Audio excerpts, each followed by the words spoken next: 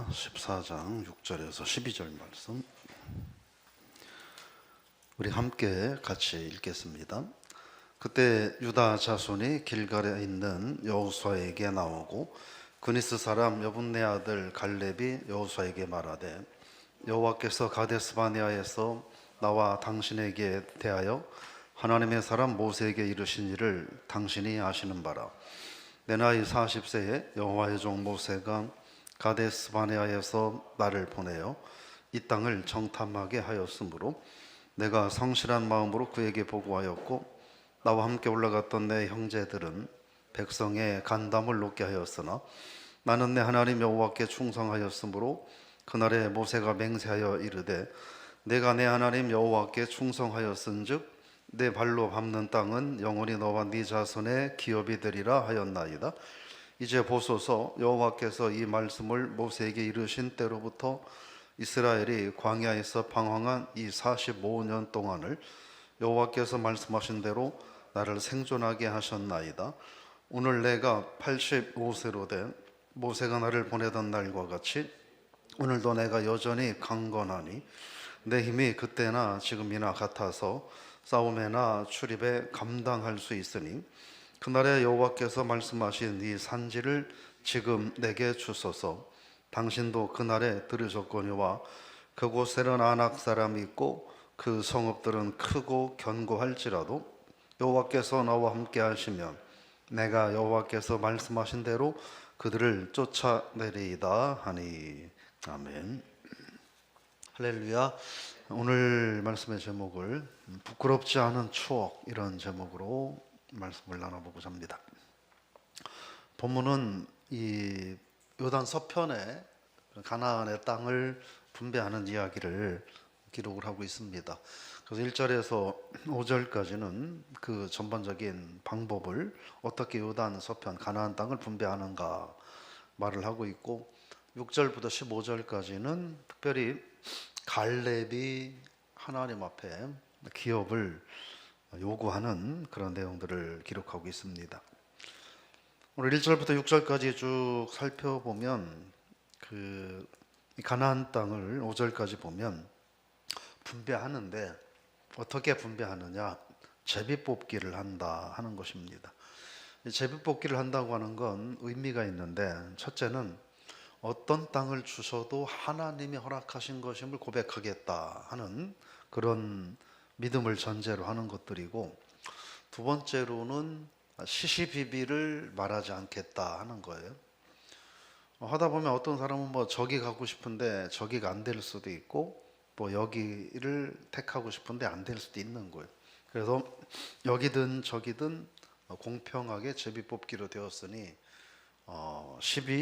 시시비비를 말하지 말라 하는 겁니다.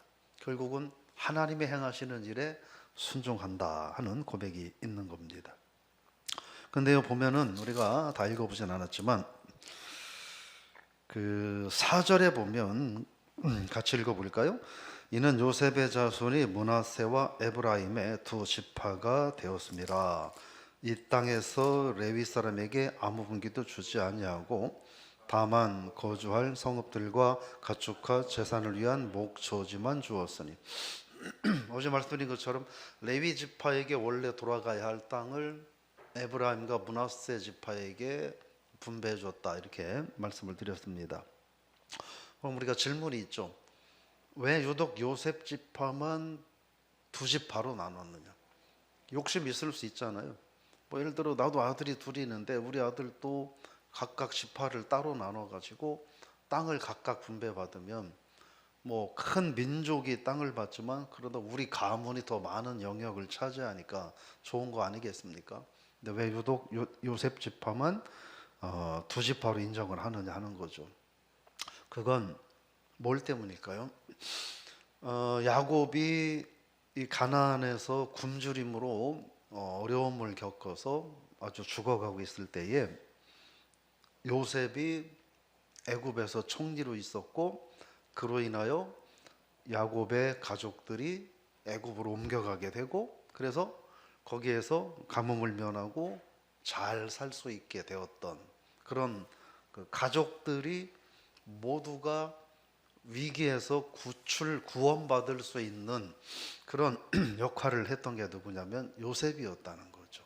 그래서 그 요셉의 역할, 요셉의 그런 기여도를 인정하는 거예요. 그래서 요셉은 그 야곱이 창세기 48장 5절에 보면 야곱이 에브라임과 므낫세가 손자인데 에브라임과 므낫세를 양자로 입양을 해요. 네, 무슨 말인지 이해가 되십니까? 손자인데 에브라임과 므낫세를 양자로 입양을 해요. 그러니까 그때부터 12지파의 범주 안에 이게 에브라임과 므낫세가 들어가게 되는 거죠. 그렇게 이해를 하시면 됩니다. 이걸 통해서 뭘 볼 수 있느냐?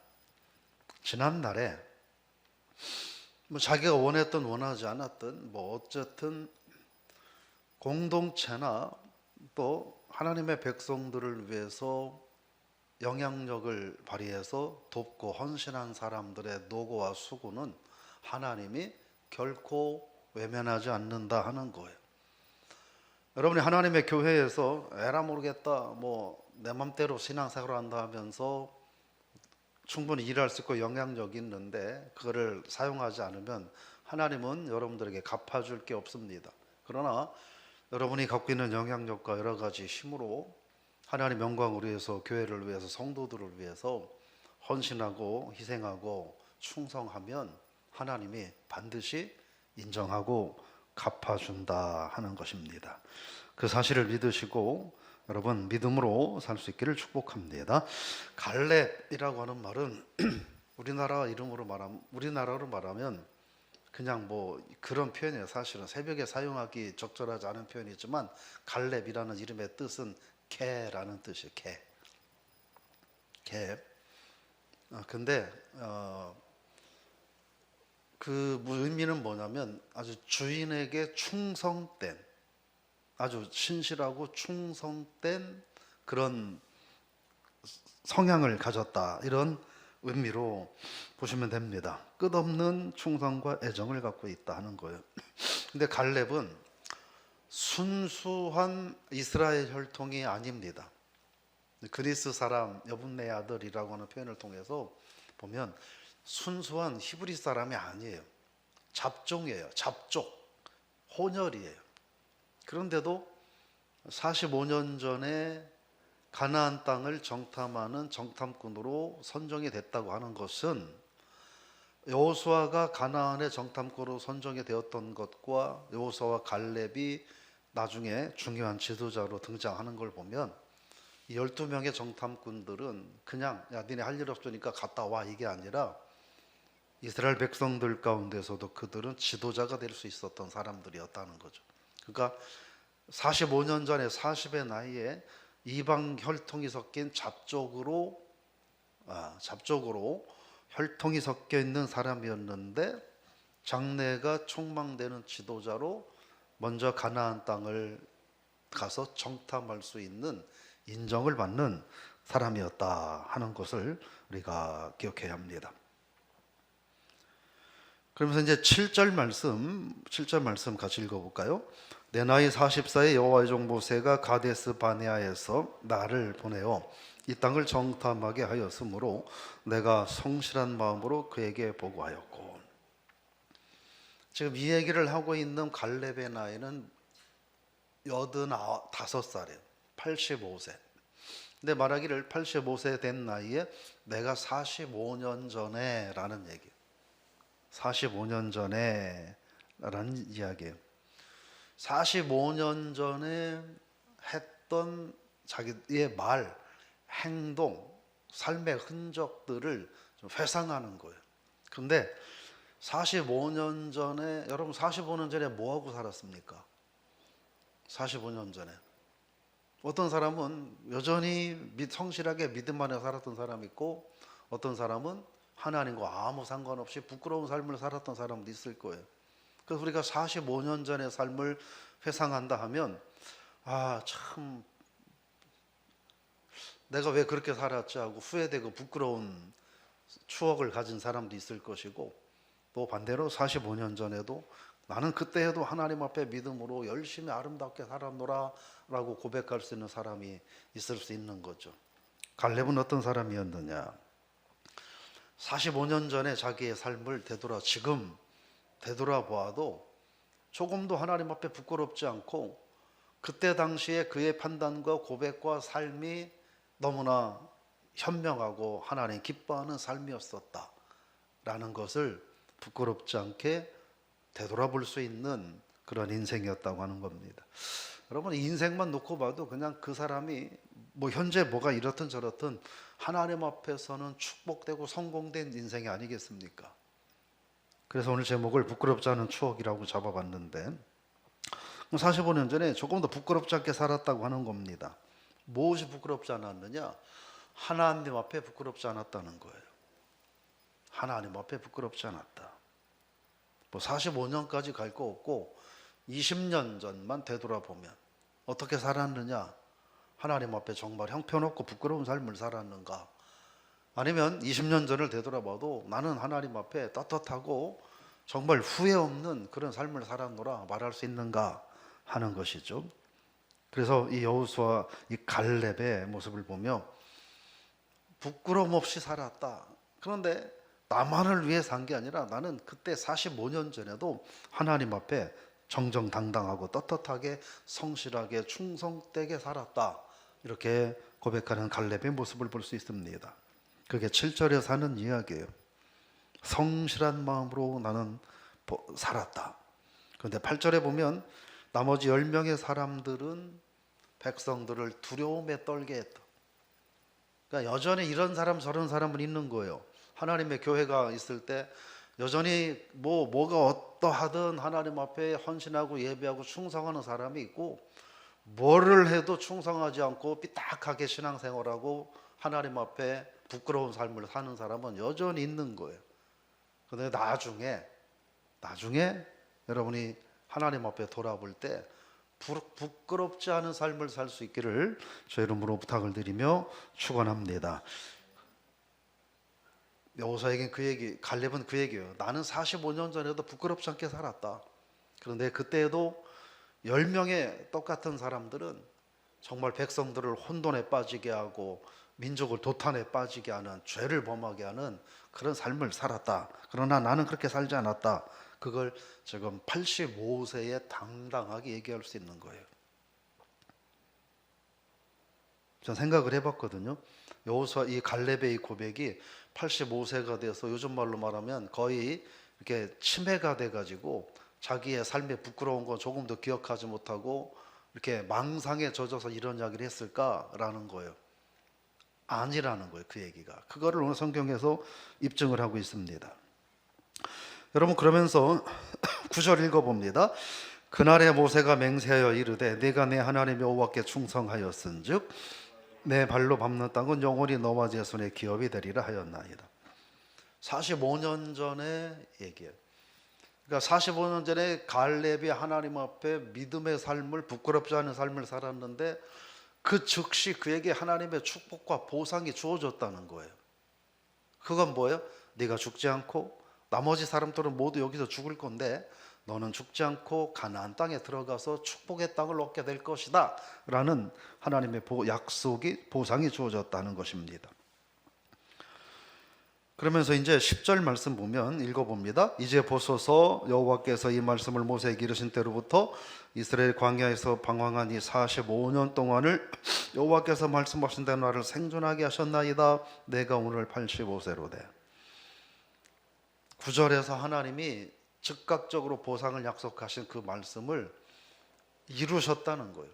그 이루셨던 것의 한 모습이 뭐냐면 나머지 사람들은 모두 다 광야에서 다 죽었는데 나는 하나님이 죽지 않게 지금 이 가나안 땅까지 들어오게 하신 거다라는 고백을 하는 거예요. 이게 무슨 말일까요? 지금 내가 이렇게 살 수 있는 것은 하나님의 은혜다. 하나님이 약속하신 것을 이루십니다. 하나님의 선물이다. 나이 85세면 45세의 젊은이와 85세의 노인이 뭔 얘기를 하겠어요? 지금 우리의 눈으로 생각을 할 때 85세의 노인이 뭔 힘이 있다고 저 헤브론 산지를 장악하겠다고 얘기하겠어요. 근데 할 수 있다는 거예요. 왜요? 하나님이 주시는 축복을 거두어 드리는 것은 육신의 나이로 하는 것이 아니라 하나님이 주시는 은혜와 축복으로 하는 것이기 때문에 나는 지금도 하나님의 약속한 축복을 능히 소유할 수 있다. 그런 믿음의 고백을 하는 것이죠. 여러분, 그러므로 진정한 승리는 육신의 건강, 육신의 문제 있는 것이 아니라 하나님의 약속, 하나님의 신실함에 있음을 기억하시기를 축복합니다. 그러면서 12절이에요. 읽어보겠습니다. 그날에 여호와께서 말씀하시니 산지를 지금 내게 주소서. 당신도 그날에 들으셨거니와 그곳에는 아낙 사람들이 있고 그 성읍들은 크고 견고할지라도 여호와께서 나와 함께 하시면 내가 여호와께서 말씀하신 대로 그들을 쫓아내리이다. 이 갈렙이 정말 괜찮은 믿음의 사람이라는 것을 어떻게 볼 수 있냐면 45년 전에 했던 말과 45년의 세월이 흘러서 지금 45년이 지난 지금 하나님 앞에 하는 말이 동일하다는 거예요. 사람들은 어때요? 아주 변하잖아요. 지난달에 한 얘기도 오늘 확 달라지고 작년에 한 얘기도 조금만 기분 나쁘면 올해 확 달라지고, 그죠? 그렇잖아요. 그런데 이 갈렙은 45년 전에 했던 이야기가 45년에 대한 지금도 동일하게 하나님 앞에 고백하는 거. 뭔 얘기예요? 가나안의 정탐꾼으로 갔을 때 많은 사람들이 아낙 자손들을 보고 10명의 정탐꾼은 우리는 그 땅을 정복할 수 없다. 우리는 그들을 이길 수 없다. 우리는 결코 그들을 못 이긴다. 우리는 그들 앞에 메뚜기와 같아. 이렇게 얘기할 때에 갈렙이 벌떡 일어나서 뭐라고 얘기했어요? 그런 소리 하지 말라. 그들이 강한 건 분명하다. 그러나 하나님이 함께 하시면 그들은 우리에게 밥 한 끼밖에 안 된다. 그러니 그 땅을 점령하자. 이렇게 얘기했다는 거예요. 근데 지금 이 갈렙이 뭘 요구하냐면 그 헤브론은 아낙 자손들이 살고 있는 지역이에요. 그러니까 45년 전에 내가 하나님이 함께 하시면 저 땅은 우리의 땅이다. 겁먹지 말고 정복하자. 한 끼 식사밖에 안 된다라고 40살에 외쳤던 게 철부지, 아무것도 모르고 요이용만 앞선 철부지의 만용이 아니었다는 거예요. 그거는 믿음이었다는 거예요. 그래서 지금 그 헤브론 산지를 내가 달라는 거예요. 왜? 그때 내가 그 믿음의 고백을 했는데 그때 그 믿음의 고백이 나는 진심이었고 나는 그 하나님을 믿는다. 그 고백이 사실임을 나는 내가 입증하겠다. 나는 하나님을 믿는다. 이런 고백을 하는 겁니다. 어떻게 보십니까? 그래서 이 민수기에서 가데스 바네아에서의 이 갈렙의 고백이 허풍이 아니었다는 거예요. 그냥 망상에 젖은 이제 막 좀 인정받고 삶이 촉망되는 한 젊은이의 어떤 오버 액션이 아니었다는 거예요. 45년 동안 그는 한결같이 그 믿음으로 살아왔다는 거예요. 그래서 지금 45년 전에 고백을 되돌아봐도 부끄러울 것이 없고 잘못된 게 없고, 그래서 그 고백이 지금 내 앞에 현실이 됐는데 그때 고백이 잘못이 아니었다는 것을 나는 내 삶으로 증명하고 싶다. 그러니 저 땅을 달라 하는 거예요. 여전히 아낙 자손들이 살고 있어서 그들은 강대한 족속인데 달라는 거예요. 여러분, 그러면서 우리가 보면 13절에 보면 여호수아가 갈렙을 위하여 축복하고 헤브론을 그에게 주었다. 잘 보셔야 돼요. 헤브론을 주었다가 아니라 먼저 그를 축복했다는 거예요. 진정한 축복은 어디에 있느냐? 믿음에 있음을 기억하시길 바랍니다. 아무리 주의 종들이 하나님이 여러분을 축복하고 싶어도 그 속에 믿음이 없으면 안 되는 거예요. 그러므로 여러분, 갈렙과 같은 변함없는 하나님을 신뢰하는 믿음으로 승리할 수 있기를 주의 이름으로 부탁을 드리며 축원합니다. 45년 전의 고백을 지금 되돌아봐도 부끄럽지 않은, 우리 45년 전까지 갈 것도 없고 45일 전에 내가 하나님 앞에 가졌던 고백과 결단이 지금 되돌아봐도 결코 부끄럽지 않은 그런 변함없는 그런 믿음의 삶을 살 수 있기를 주의 이름으로 축원합니다. 사람은 누구나 다 과거를 회상을 하며 사는 사람들이잖아요. 하나님 앞에 죄되고 하나님 영광과는 아무런 상관없는 세상의 만용만 가지고 살아가던 그런 삶을 지금도 회상하며 산다면 그건 지금도 그 사람은 불신앙에 불과하다는 거죠. 여러분, 저 여러분들이 또 반대로 오늘 우리가 결단하고 오늘 우리가 하나님 앞에 고백하고 살아가는 이 삶이 15년, 20년, 30년, 45년 뒤에도 후회 없는 그런 결단이 될 수 있기를, 그래서 하나님의 축복이 지금도 유효하고 45년 뒤에도 유효한 그런 축복이 될 수 있기를 주의 이름으로 축원합니다. 하나님 아버지, 우리가 45년 후에도 하나님 앞에 변함없는 아름다운 믿음의 회상을 할 수 있는 그런 신앙인으로 오늘을 갈렙처럼 살게 하여 주옵소서. 예수님의 이름으로 기도드리옵나이다. 아멘.